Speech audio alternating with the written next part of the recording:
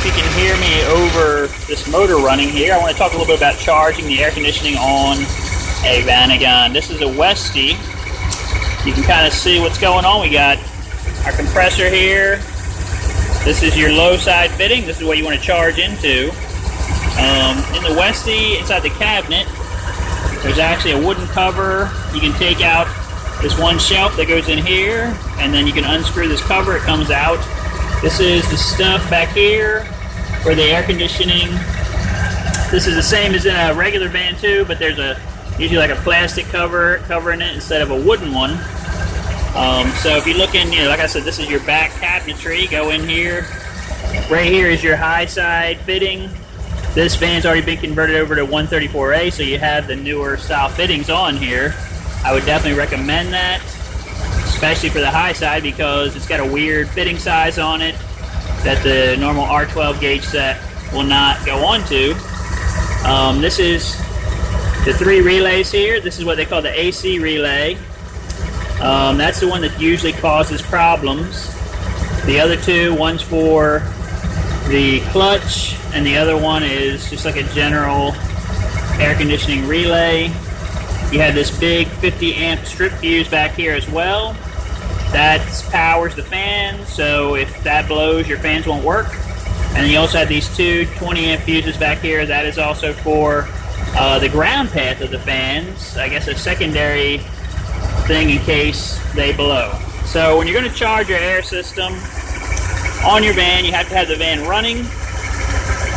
Sometimes when you turn it on, the clutch here on the AC compressor will not be on. That's because it's low on refrigerant. It actually has a switch in here. Actually, on this one, it's this big thing here. That tells it if you're high on your pressure, it'll shut it off. If it's too low, it'll also shut it off. Okay. You also have this is your ambient air temperature switch. If it's too cool outside, it won't let you compressor come on. This is your thermostat for the evaporator, which is up here. That tells the car how cold the evaporator is getting, and if it's like in the evening, the car is cooling down good, you'll hear the compressor going on and off then too, because it actually tells it to go on and off. Alright, so now I've got this 134A can hooked up here. A lot of times at Walmart you can buy this filler that comes with it as like a kit. I would recommend that if you're just doing this occasionally, like a mechanic or anything. You don't need a full gauge set. Okay, so you always charge into your low side right here, and as you're charging, you're watching this gauge. Okay, now you can see this is actually kind of idiot proof. It has a blue thing. That means it's low. Green means it's actually in the good range, and then red, you're filling too much. Now if you put too much in, the system won't work as well. So you want to kind of definitely get it in the green. I usually aim for 40 PSI on the low side, about 80-degree day. That's about normal. Okay, letting that charge here for a minute. I'll walk up to the front.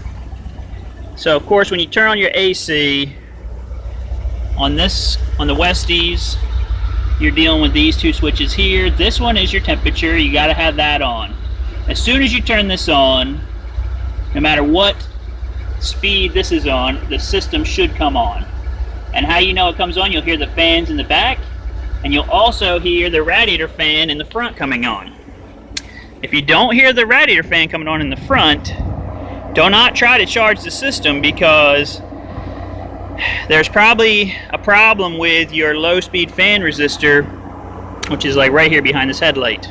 Okay, if that low speed fan resistor is bad, you turn the air on, you won't hear the radiator fan on. And you need to fix that before you try to charge the AC. If you don't do that, what will happen is your pressure will just go up and up and up. Your high speed fan will come on and go off. It won't let you really charge it properly.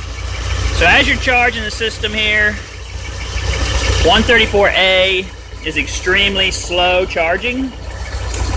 If you had 112, the olden days, you could charge this up in about 5 minutes. Okay, 134A, very slow to charge. You just keep giving this can a little shake. And as you're shaking it, you'll see the can will get cold. That's how you kind of know it's charging. It's going from a high pressure to a low pressure and making it get cold. And then as the thing's charging too, another way you can kind of tell is you can feel right here on this low side pipe. As you're filling it, it will get cooler and cooler, okay, as it's getting more full, okay. So that's one way to tell, but the big way I usually tell is by the pressures.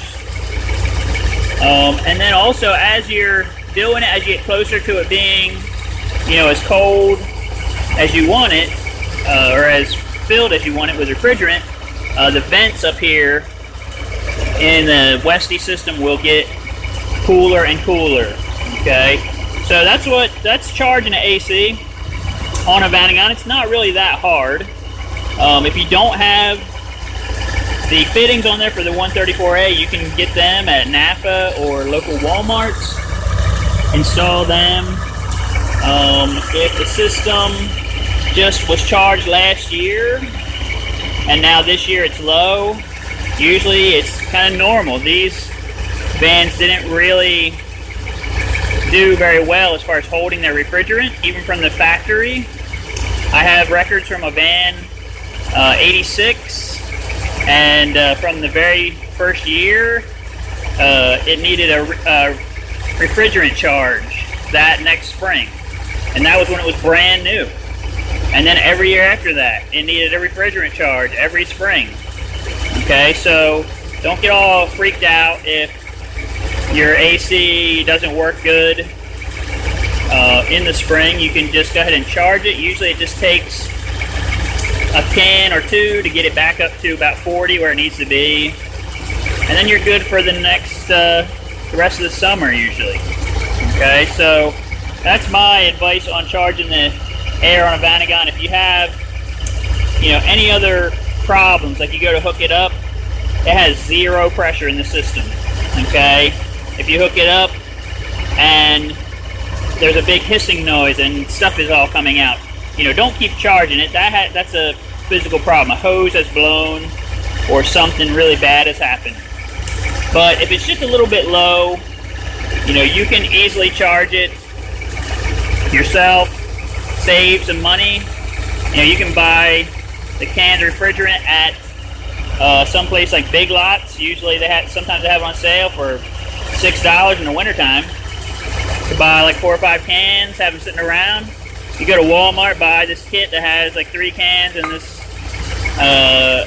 you know, little gauge deal. Costs you maybe $30, and then just do it yourself. So once you keep shaking this thing, okay, you'll start to feel the can is actually getting not cold anymore. Now it's just getting just kind of like room temperature, okay? That means that it's empty. And so the gauge is still only at around 32. So what we're going to do is unhook it, okay, and do another probably partial can on this one. So let me go get another can. I'll show you how to do that. It's not hard. Alright, so we got our new can. Basically, you just unscrew this old one off. It's hard to really show it while I'm doing it. A little bit of stuff will come out, but there's barely anything left. It just goes like that and it's over. So you just screw this new one on. It's basically just like screwing on a bolt or something. Okay, you just screw it on there until it gets nice and snug. Then you have this tap on here. Okay, what you want to do first though is hook it back on to the van so nothing gets out. Okay, it's got this quick disconnect. It's actually kind of made to be pretty easy. Then you just tap it in like this. Okay, turn it in. It's going to pierce the can. Usually I would be holding it with my hand, but I'm holding the camera instead. Just for you guys. Pierce it, turn it all the way in, then you turn it all the way out. As you're turning it out, you're going to see, you get on your gauge, you get to a certain point, as you're turning it out, your pressure is going to go up. See how it jumped up right there? That means it's charging again. Now you just keep doing the shaky shake on it. Like I said, you're going to feel it get cold again. That's how you know it's going in. And once you get it, you know, close to where you want it, see right now it's reading 40, but if I closed it, it would go back down to 32. So you just want to keep shaking it. Maybe do about half a can.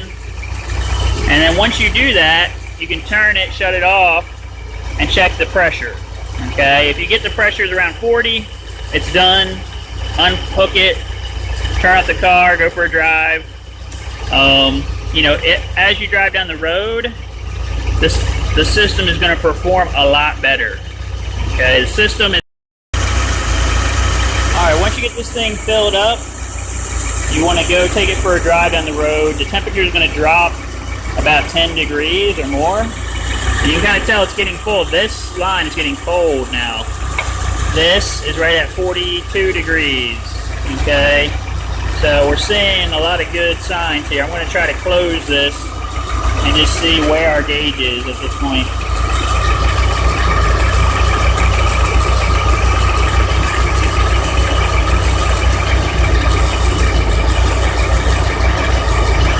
It looks like it's around 45 psi. That's good. It's plenty. Okay, so now we're good. I'm going to go ahead and close everything up and go for a test drive, and should have nice cold AC. So I hope you enjoyed this video. Please click our subscribe button. If you need any air conditioning parts like compressor, dryer, expansion valve, please use Vanagon, www.vanagon.com. I'm Ken Wilford, your host, and we'll see you driving down the road in your van, getting with a smile on your face. Thank you.